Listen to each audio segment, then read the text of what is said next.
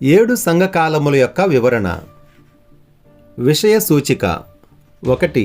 యేసుక్రీస్తు యొక్క ప్రత్యక్షత. 2. పద్మసు దర్శనము. 3. ఎఫెసు సంఘకాలము. 4. స్వర్ణ సంఘకాలము. 5. పెర్గమా సంఘకాలము. 6. తుయతైరా సంఘకాలము. 7. సార్దీసు సంఘకాలము. 8. ఫిలదెల్ఫియా సంఘకాలము. 9. లవోదికయ సంఘకాలము. 10. కాలముల యొక్క సంగ్రహము. 7 సంఘకాలముల యొక్క వివరణ. ప్రకటన 1వ అధ్యాయము మొదలుకొని 3వ అధ్యాయము వరకు గల 7 సంఘకాలములు మరియు తదితర పెద్ద సిద్ధాంతములను గూర్చిన సమగ్ర అధ్యయనము ఇందులో పొందుపరచడమైనది. William Marion Branham. పరిచయం. ప్రకటన 1 నుంచి 3వ అధ్యాయము వరకు గల పెద్ద సిద్ధాంతములను, దైవత్వము, నీటి బాప్తిస్మము మొదలగు వాటిని ఈ గ్రంథము ప్రస్తావించినప్పటికీ దీని యొక్క ప్రధానాంశము 7 సంఘకాలముల యొక్క సమగ్ర అధ్యయనమే. ప్రకటనలోని మిగిలిన భాగమును అధ్యయనము చేయుటకు మరియు అర్థము చేసుకున్నట్టుకు ఇది అవసరం. ఎందుకంటే సంఘకాలముల నుంచి ముద్రలు, ముద్రల నుంచి బోరలు మరియు బోరల నుంచి పాత్రలు వచ్చుచున్నవి. రోమన్ క్యాండిల్ తారాజువ్వ వలె పుంజాలు పుంజాలుగా వెలుగును చిమ్మే ఒక టపాకాయ మతాబు ఆకారంలో ఉంటుంది. రోమన్ క్యాండిల్ యొక్క మొదటి వెలుగుల సంఘకాలాలు ఒక బలమైన ప్రారంభపు వెలుగును విరజిమ్ముతాయి. ఇది లేకుండా తదుపరి వెలుగు సాధ్యము కాదు. కానీ ఒక్కసారి దైవిక ప్రత్యక్షత ద్వారా 7 సంఘకాలముల యొక్క ప్రకాశవంతమైన వెలుగు ఇవ్వబడిన తరువాత వెలుగు వెంబడి వెలుగు వచ్చును. ఆశ్చర్యపడు మన కన్నుల ఎదుట ప్రకటన యొక్క సంపూర్ణత విశాలముగా తెరుచుకును మరియు మనము దాని ఆత్మచేత కడగబడి ఒకే ఒక్క నిజదేవుడు మరియు మన ప్రభువును రక్షకుడు అయిన యేసుక్రీస్తు యొక్క మహిమకరమైన ప్రత్యక్షత కొరకు సిద్ధపడుదుము. ఈ కూర్పు ఉత్తమ పురుషులో ఒక మనిషితో నేరుగా మాట్లాడుతున్నట్లుగా తర్జుమాదారుడు వ్రాయబడినది. ఏలయనగా ఇది నా హృదయం నుంచి ప్రజల హృదయములకైన ఒక వర్తమానము.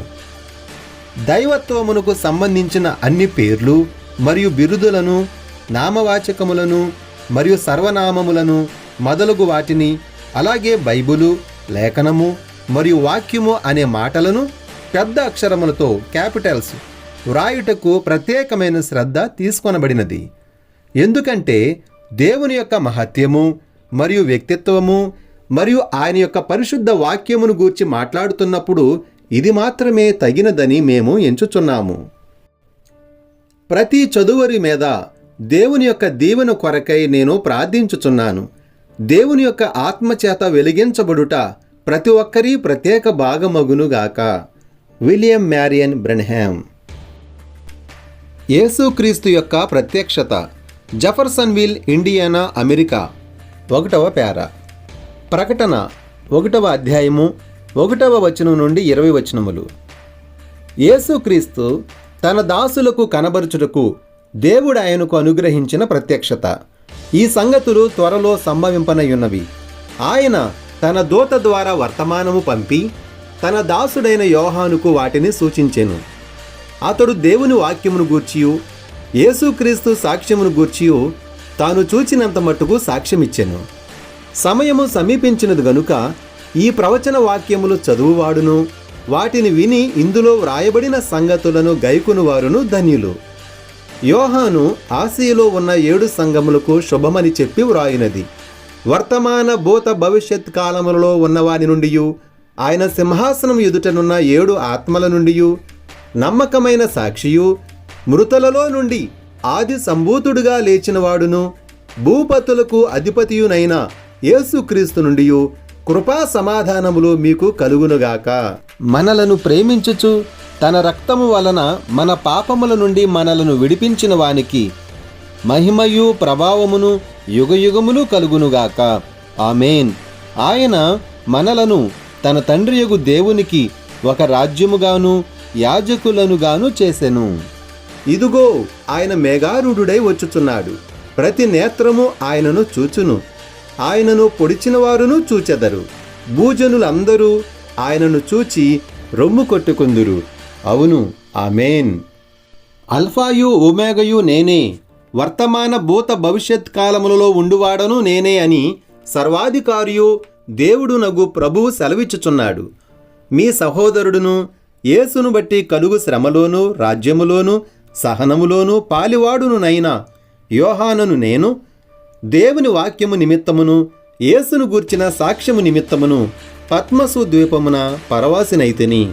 ప్రభు దినమందు ఆత్మవశుడనై ఉండగా బోరధ్వని వంటి గొప్ప స్వరము నీవు చూచుచున్నది పుస్తకములో వ్రాసి ఎఫెసు, స్ఫుర్ణ, పెర్గము, తుయతైరా, సార్దిస్, ఫిలదెల్ఫియా, లవోదికియా అను 7 సంఘములకు పంపుమని చెప్పుట నా వెనుక వింటిని.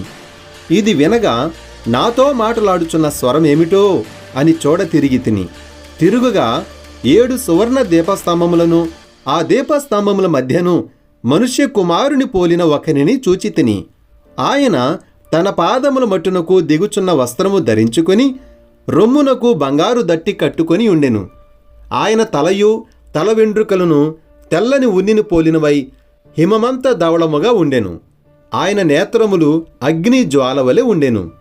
ఆయన పాదములు కొలిములో పుటము వేయబడి మెరియుచున్న అపరంజితో సమానమై ఉండెను. ఆయన కంఠస్వరము విస్తార జల ప్రవాహముల ధ్వని వలె ఉండెను. ఆయన తన కుడి చేత 7 నక్షత్రములు పట్టుకుని ఉండెను. ఆయన నోటి నుండి 2 అంచులు గల వాడి అయిన ఖడ్గం ఒకటి బయలు వెడలుచుండెను. ఆయన ముఖము మహా తేజస్సుతో ప్రకాశించుచున్న సూర్యుని వలె ఉండెను. నేనాయనను చూడగానే చచ్చిన వాని వలె ఆయన పాదముల యొద్ద పడి తిని. ఆయన తన కుడి చేతిని నా మీద ఉంచి నాతో ఇట్లనెను, భయపడకుము, నేను మొదటివాడను కడపటివాడను, జీవించువాడను, మృతుడనైతిని గాని ఇదిగో యుగ యుగములు సజీవుడనై ఉన్నాను, మరియు మరణము యొక్కయు పాతాళ లోకము యొక్కయు తాడపు చెవులు నా స్వాధీనములో ఉన్నవి. కాగా నీవు చూచిన వాటిని, విన్న వాటిని, వీటి వెంట కలగబోవు వాటిని, అనగా నా కుడి చేతిలో నీవు చూచిన 7 నక్షత్రములను గూర్చిన మర్మమును, ఆ 7 సువర్ణ దీపస్తంభముల సంగతియు వ్రాయుము. ఆ 7 నక్షత్రములు 7 సంఘములకు దూతలు, ఆ 7 దీపస్తంభములు 7 సంఘములు. మొదటి అధ్యాయమునకు పరిచయము. 2వ పేర. ప్రకటన 1వ అధ్యాయము 1వ వచనం నుండి 3 వచనములు. యేసుక్రీస్తు తన దాసులకు కనబరుచుటకు దేవుడు ఆయనకు అనుగ్రహించిన ప్రత్యక్షత. ఈ సంగతులు త్వరలో సంభవింపనయున్నవి. ఆయన తన దూత ద్వారా వర్తమానము పంపి తన దాసుడైన యోహానుకు వాటిని సూచించెను. అతడు దేవుని వాక్యమును గూర్చియు యేసుక్రీస్తు సాక్ష్యమును గూర్చియు తాను చూచినంత మట్టుకు సాక్ష్యమిచ్చెను. సమయము సమీపించినది గనుక ఈ ప్రవచన వాక్యములు చదువువాడును వాటిని విని ఇందులో వ్రాయబడిన సంగతులను గైకొనువారును ధన్యులు. 3వ పేర. ఈ గ్రంథమునకు లేఖకుడు, గ్రంథకర్త దైవదాసుడగు పరిశుద్ధ యోహాను. ఈ గ్రంథమును వ్రాయు సమయంలో అతడు పద్మసు ద్వీపములో ఉన్నప్పటికీ అతడు తన జీవితపు చివరి భాగమును ఎఫెసులో గడిపినని చరిత్రకారులు అంగీకరించెదరు. ఇది యోహాను యొక్క జీవిత చరిత్ర కాదుగాని రాబోవు సంఘకాలములో ఉండు యేసుక్రీస్తు యొక్క ప్రత్యక్షత అయ్యున్నది. ఇది ఒక ప్రవచనమని 3వ వచనములో చెప్పబడినది గనుక ఇది వాస్తవముగా ప్రవచనమై ఉన్నది. 4.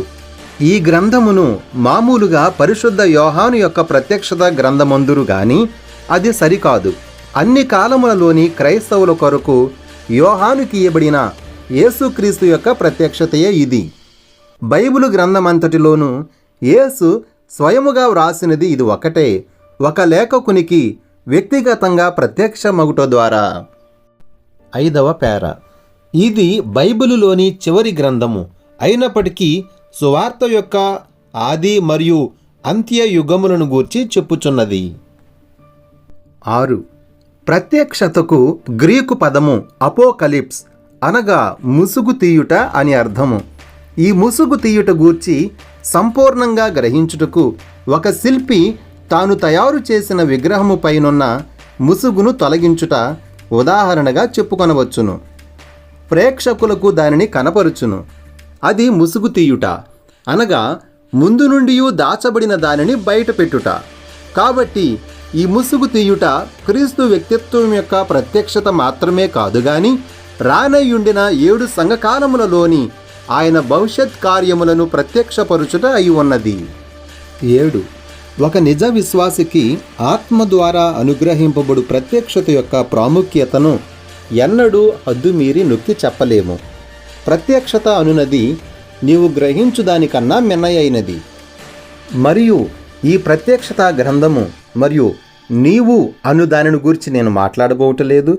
నేను పూర్తి ప్రత్యక్షత గురించి మాట్లాడుచున్నాను. ఇది సంఘమునకు అత్యంత ప్రాముఖ్యము. మత్తయి 16లో యేసు తన శిష్యులను అడిగిన ప్రశ్న మీకు గుర్తున్నదా? మనిషి కుమారుడెవడని జనులు చెప్పుకొనుచున్నారని తన శిష్యులను అడుగగా వారు కొందరు బాప్తిస్మమిచ్చు యోహాననియు, కొందరు ఏలియానియు, కొందరు ఇర్మియానియు లేక ప్రవక్తలలో ఒకడనియు చెప్పుకొనుచున్నారనిది. అందుకాయన మీరైతే నేను ఎవడనని చెప్పుకొనుచున్నారని వారిని అడిగెను. అందుకు సీమోను పేతురు, నీవు సజీవుడగు దేవుని కుమారుడువైన క్రీస్తువని చెప్పెను. అందుకు యేసు, సీమోను బర్యోనా, నీవు ధన్యుడవు. పరలోకమందున్న నా తండ్రి ఈ సంగతి నీకు బయలుపరచినే గాని నరులు రక్తమాంసములు నీకు బయలుపరచలేదు. మరియు నీవు పేతురువు. ఈ బండ మీద నా సంఘమును కట్టుదును. పాతాళ లోక ద్వారములు దాని ఎదుట నిలువనేరవని నేను నీతో చెప్పుచున్నాను. పేతురు మీద సంఘము కట్టబడినదని రోమన్ క్యాథలికులు చెప్పెదరు. అది నిజముగా శరీర సంబంధమగు మాట. ఎంతో అస్థిరుడయుండి ప్రభువైన యేసును కాదని పైగా ఆ మాట పలుకుచూ శపించుకునిన ఒక మనుష్యుని మీద దేవుడు సంఘమును ఎట్లు నిర్మించగలడు? పాపములో జన్మించిన ఏ మానవుని మీద కూడా దేవుడు తన సంఘమును ఎలా నిర్మించగలడు? ఆ స్థలము యొద్ద దేవుడు నేలను గుల్లగా చేసి రాయిని పడవేసినట్లు చెప్పుచున్నారు. యేసు మీదనే సంఘము నిర్మించబడినదని ప్రొటెస్టెంట్ వారు చెప్పుచున్నది కూడా సరికాదు. అది ప్రత్యక్షత అయ్యున్నది. అక్కడ వ్రాయబడిన దానిని ఉన్నట్లుగా చదవండి. రక్తమాంసములు నీకు దీనిని బయలుపరచలేదు గాని నా తండ్రియే నీకు దీనిని బయలుపరిచెను. మరియు ఈ బండ ప్రత్యక్షత మీద నేను నా సంఘమును కట్టుదును. ప్రత్యక్షత మీద సంఘము నిర్మించబడి ఉన్నది. యెహోవా ఇలాగు సెలవిచ్చుచున్నాడు మీద నిర్మించబడి ఉన్నది. 8. దేవునికి సరి అయిన బలి అర్పించవలెనన్నచో ఏమి చేయవలెనో హేబేలుకు ఎట్లు తెలియను? విశ్వాసమును బట్టి అతడు రక్తపు ప్రత్యక్షతను పొందియున్నాడు. కయ్యూనుకు అటువంటి ప్రత్యక్షత దొరకలేదు. అతనికి ఆజ్ఞ ఉన్నా గాని పొందలేకపోయెను.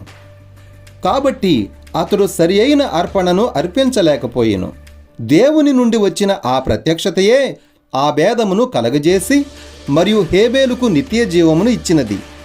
నీవు సంఘకాపరి చెప్పిన దానిని స్వీకరించవచ్చును, లేక సెమినరీ బోధించిన దానిని తీసుకునవచ్చును.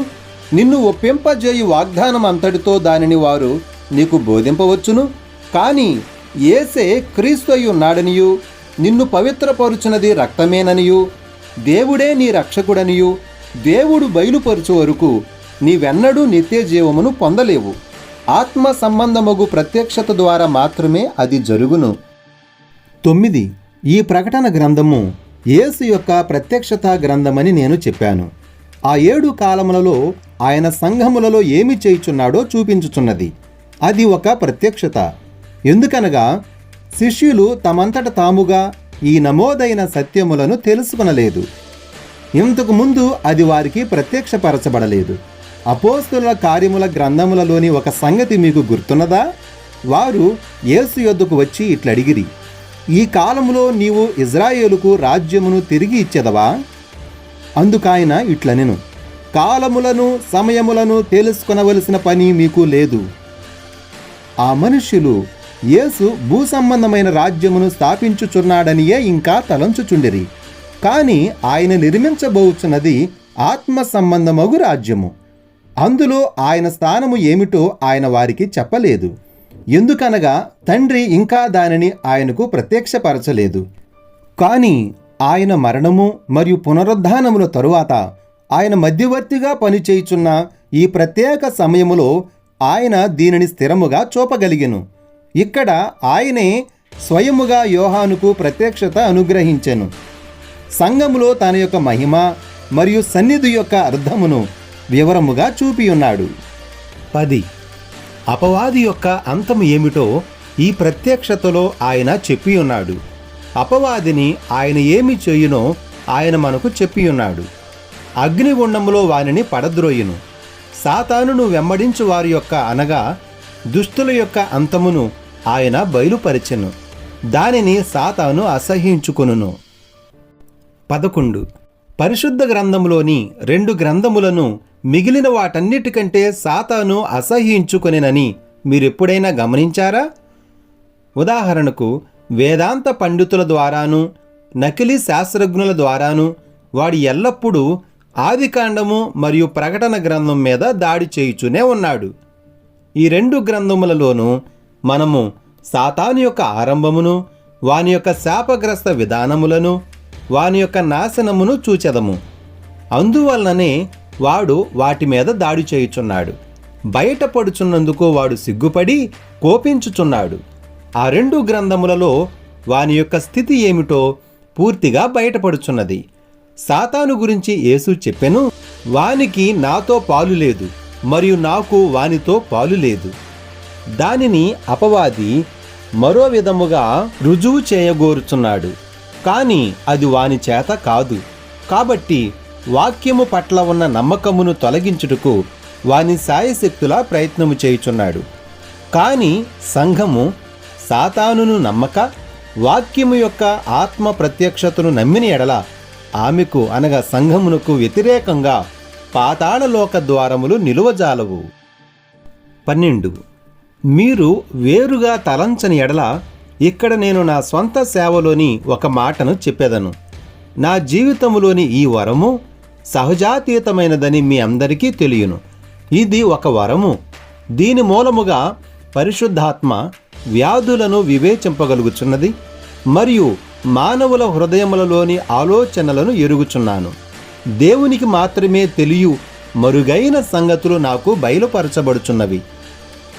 సాతాను తాను బయటపడుచున్నానని ఎరిగినప్పుడు ఆ ప్రజల ముఖములు ఎట్లుండునో మీరు నా ప్రక్కన నిలబడినప్పుడు మీకు తెలియను. నేను జనులను గూర్చి మాట్లాడుటలేదు. వారి జీవితములలో సాతాను ఉండి వారిని పట్టుకుని వారి ద్వారా పాపము చేయుచున్నది, విభేదములు మరియు వ్యాధులు కలిగించుచున్నది. మీరు వారి ముఖములను చూడవలెను. తాను బయటపడుచున్నానని సాతానుకు తెలియను. మరియు ప్రజల ముఖములలో వింతయగు మార్పులు అప్పుడు కనబడును. సాతానుకు భయము కలుగును. దేవుని యొక్క ఆత్మ వాని యొక్క క్రియలను జనులకు తెలియపరుచునని వానికి తెలిసిపోవును. అందువల్లనే ఈ కూటములను వాడు ఎంతగానో అసహ్యించుకును. పేర్లు పిలిచి వ్యాధులను ఎత్తి చూపినప్పుడు సాతాను వాటిని ద్వేషించును. ఏమిటది? ఇది మనసు చదువుట కాదు, మరో మాయమంత్రము కాదు, చేతబడి కాదు. ఇది పరిశుద్ధాత్మ ద్వారా కలిగిన ప్రత్యక్షత. ఆ ఒక్క మార్గంలోనే నేనది తెలుసుకొనుచున్నాను. శరీర సంబంధమగు మనస్సు దానిని ఏదో పేర్లతో పిలుచును గాని ఇది పరిశుద్ధాత్మయ్యున్నది. 13. సంఘములో యేసుక్రీస్తు యొక్క ప్రత్యక్షతను తెలియజేయు ఈ గ్రంథమును సాతాను అసహ్యించుకొనుటకు మరి ఒక కారణమును నేను చూపించెదను. యేసుక్రీస్తు నిన్న నేడు నిరంతరము ఏకరీతిగా ఉన్నాడనియు ఆయన మారని వాడనియు వానికి తెలియను. 90% మంది వేదాంత పండితులకు తెలియనంత ఎక్కువగా ఆ సంగతి వానికి తెలియను. దేవుడు తన స్వభావమును మార్చుకొనడన్న సంగతి వానికి తెలియను. ఆయన తన మార్గములను కూడా ఆ విధంగానే మార్చుకొనడని వానికి తెలియను. పెంతుకోస్తు యొద్దనున్న ఆది సంఘము దేవుని యొక్క శక్తి క్రియారూపంలో ఉన్న మార్కు 16ను కలిగిన నిజ సంఘమనియు దానిని తన సొంత దానిగా యేసు చెప్పుకొనుచున్నాడనియు సాతానుకు బహు నిశ్చయముగా తెలియను. మిగతాదంతయు అబద్ధమే, అవి తప్పు సంఘములు. 14. ఇప్పుడు దీనిని గుర్తుంచుకొనండి. నిజ సంఘములో క్రీస్తు ఉన్నాడు గనుక అపోస్తుల కార్యముల గ్రంథమునకు ముగింపు లేక కొనసాగుచున్నది. కానీ క్రీస్తు విరోధి యొక్క ఆత్మ దానిలోనికి వచ్చి దానిని ఎట్లు పాడు చేయునో, అది నులివెచ్చగాను శక్తిహీనముగాను నామకార్థముగాను ఎట్లు మారునో ప్రకటన గ్రంథము చూపించుచున్నది. అది సాతానును బయటపెట్టును. వాని క్రియలను తెలియచేయును. దేవుని జనులను నాశనము చేయుటకు కుట్ర పన్ని దేవుని వాక్యమును విలువలేనిదని చెప్పుటకు ప్రయత్నించును. వాడు అగ్నిగుండంలో పడద్రోయబడు కాలము వరకును ఆ విధంగానే పనిచేయుచుండును. దానికి విరోధముగా అతడు పోరాడును. దాని ఎదుట అతడు నిలబడలేడు. నిజ సంఘము యొక్క నిజ ప్రత్యక్షతను జనులు పొందినప్పుడు గొప్ప కార్యములు ఆమె చేయును అని వానికి తెలియను. సంఘమనగా ఏమిటో, ఆమె ఎందుకొరకు నిలిచియున్నదో వారు గుర్తించినప్పుడు ఆమె జయింపరాని సైన్య సమూహముగా ఉండును. క్రైస్తవ సంఘం యొక్క నిర్మాణములో ఉన్న ఈ రెండు ఆత్మల యొక్క ఉనికిని గూర్చి వారు ఒక నిజ ప్రత్యక్షతను పొందిన ఎడల దానిని వారు దేవుని ఆత్మ ద్వారా వివేచించి క్రీస్తు విరోధి ఆత్మను ఎదురించుదురు. ఆమె ముందు సాతాను శక్తిహీనమగును. వాని యొక్క ప్రతి ప్రయత్నమును ఎడారిలో క్రీస్తు వమ్ము చేసి వాని మీద ఎట్లు అధికారము పొందెనో అలాగే నేడును వానిని మనము ఖచ్చితంగా శక్తిహీనునిగా చేయగలము. అవును, సాతాను ప్రత్యక్షతను అసహించుకొనును, కాని దానిని మనము ప్రేమించుదుము. మన జీవితములలో నిజమగు ప్రత్యక్షతను కలిగియున్నప్పుడు మనకు విరోధముగా పాతాళలోక ద్వారములు నిలబడజాలవు. అయితే వాటిని మనము జయించుదుము. 15. ఈ వర్తమానమును ప్రారంభించు సమయములో నేను చెప్పిన దానిని మరలా ఒక్కసారి గుర్తు చేసుకొనండి. ఇప్పుడు మనము అధ్యయనము చేయుచున్న ఈ గ్రంథము యేసు యొక్క వాస్తవ ప్రత్యక్షతే ఉన్నది. ఆయన స్వయముగా సంఘములో ప్రత్యక్షమై తన భవిష్యత్తు కార్యమును గూర్చి తెలియజేయుచున్నాడు. మనకు పరిశుద్ధాత్మయే ప్రత్యక్షతను అనుగ్రహింపవలెను. లేని ఎడల మనము దానిని పొందజాలము. ఈ రెండు ఆలోచనలను మీరు ఏకము చేయుడి. మామూలు అధ్యయనము చాలదని మీరు గ్రహించగలరు. ఈ గ్రంథమును మన ఆలోచనల ద్వారా వాస్తవతలోనికి తీసుకుని రాలేము. పరిశుద్ధాత్మ యొక్క పని కావలెను. కాబట్టి ఈ గ్రంథము ఒక ప్రత్యేక తరగతి జనులకు తప్ప మరెవరికిని బయలుపరచబడదని దీని వలన గ్రహించవలెను. ప్రవచనాత్మక దృష్టి గలవారు దీనిని గ్రహించగలరు. దేవుని నుండి విను సామర్థ్యము కావలెను. దైవ సంబంధమగు ఉపదేశము అవసరము. వచనముతో వచనమును పోల్చి చూచు విద్యార్థి వలె నుండరాదు. అది మంచిదే, కానీ ఒక మర్మమును తెలుసుకొనవలెనన్న ఎడల పరిశుద్ధాత్మ యొక్క బోధ కావలెను. లేని ఎడల ఎన్నడూనూ దానిని విశదముగా గ్రహించజాలరు. మనము దేవుని నుండి వినవలసిన అవసరత ఉన్నది. మనలను మనము ఖాళీ చేసుకొనవలెను. ఆత్మ యొక్క ఆధీనములోనికి రావలెను. అప్పుడు విని తెలుసుకొనవలెను. 16. ఇంతకు ముందే నేను చెప్పాను, ఈ గ్రంథము ప్రకటన లేఖనముల యొక్క సంపూర్ణత. లేఖనముల యొక్క వరుసలోనే ఇది ఖచ్చితముగా ఉంచబడి ఉన్నది. ముగింపులో ఉన్నది దానిని చదువువారును వినువారును దీవించబడుదురని అందువలననే చెప్పబడి ఉన్నది.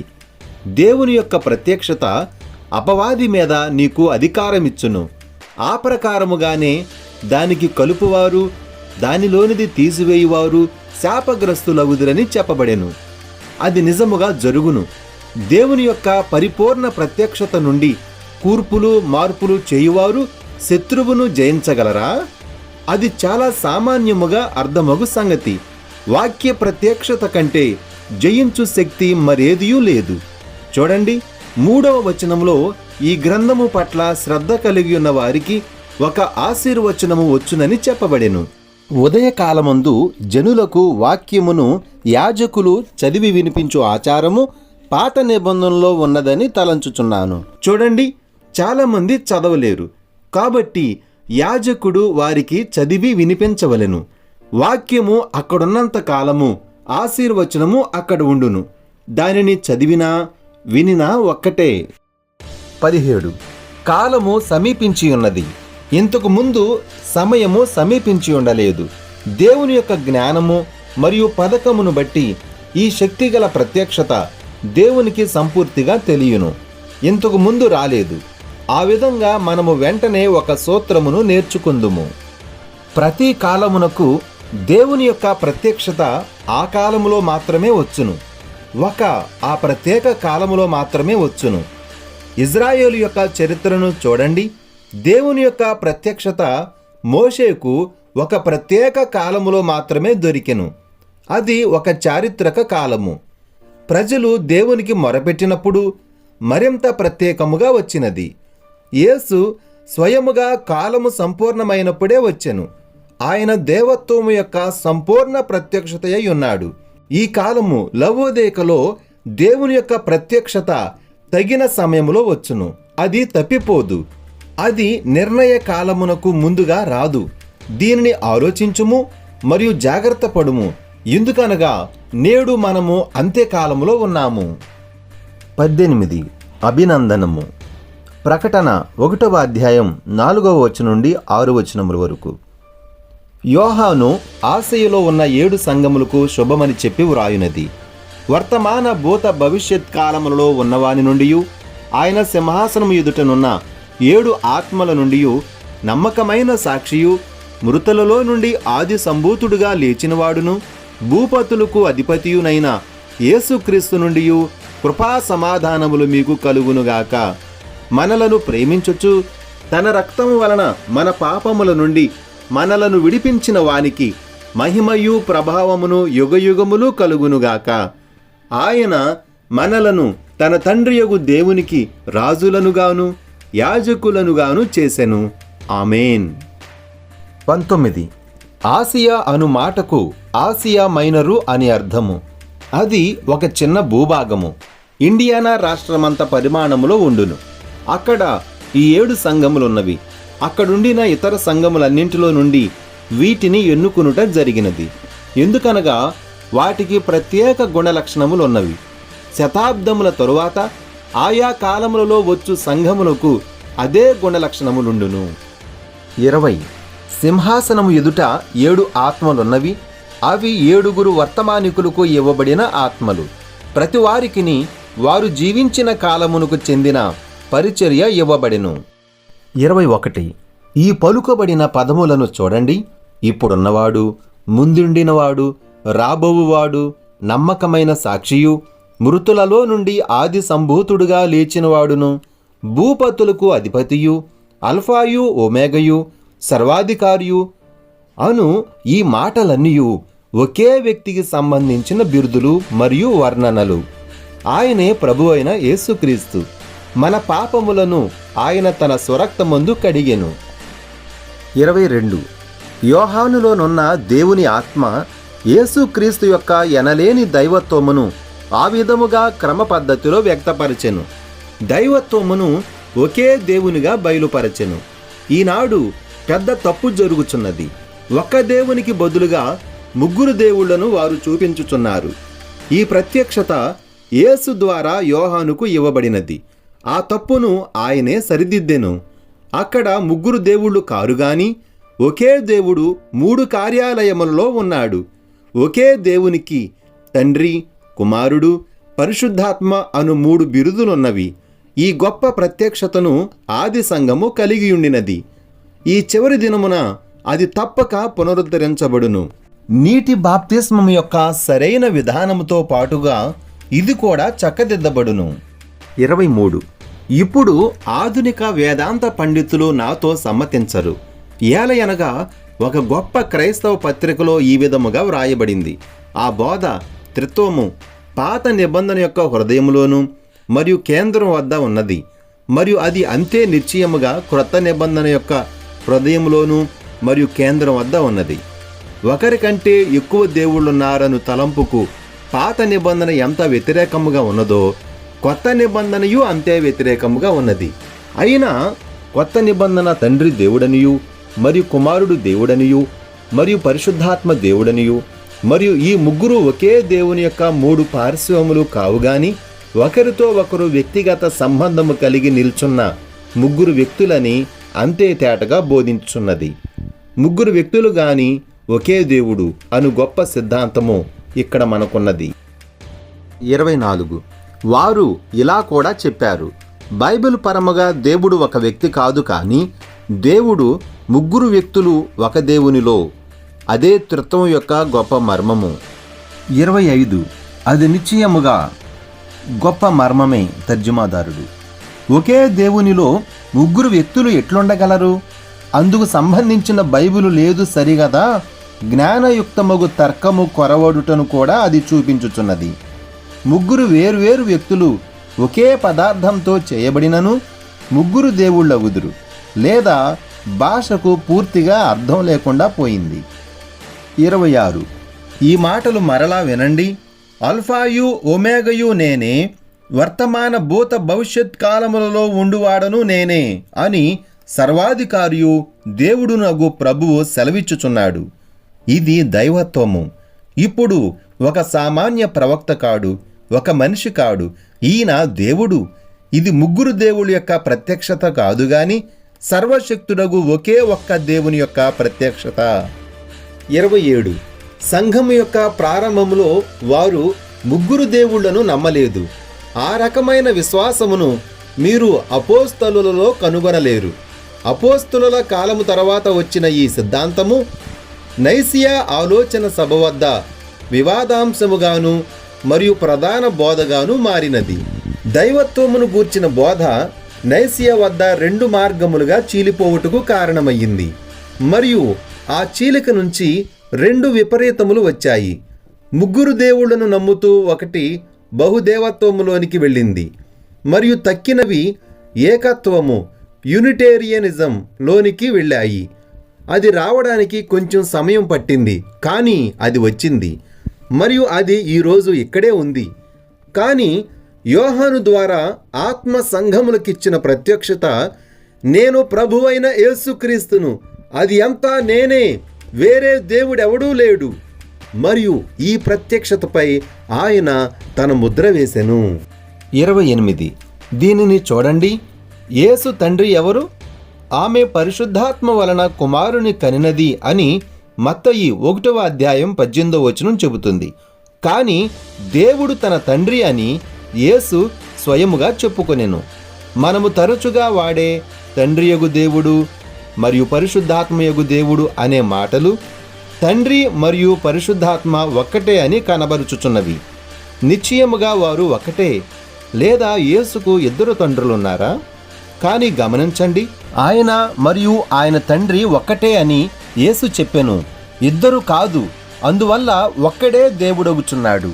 29.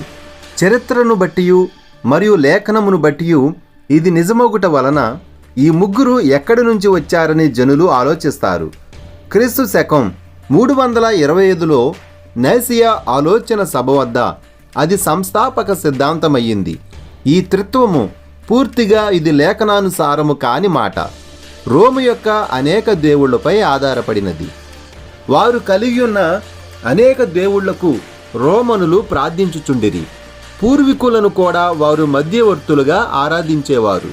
పాత దేవుళ్లకు కొత్త పేర్లు పెట్టుటకు ఇది ఒక మెట్టు మాత్రమే. కావున దానిని బైబిలుకు చెందినట్లుగా చేయుటకై ఇప్పుడు మనము పరిశుద్ధులను కలిగి ఉన్నాము.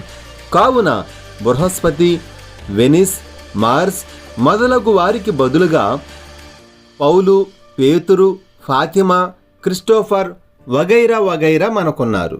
కేవలం ఒక్క దేవుడితో వారి అన్య మతమును వారు పని చేయించలేరు. అందువల్ల వారు ఆయనను ముగ్గురిగా చీల్చారు, మరియు వారి పితరులను మధ్యవర్తులుగా చేసుకున్న విధంగానే పరిశుద్ధులను మధ్యవర్తులుగా చేశారు. 30. అప్పటి నుంచి 3 కార్యాలయములలో ఒక్క దేవుడే ఉన్నాడని గ్రహించుటలో జనులు విఫలమయ్యారు.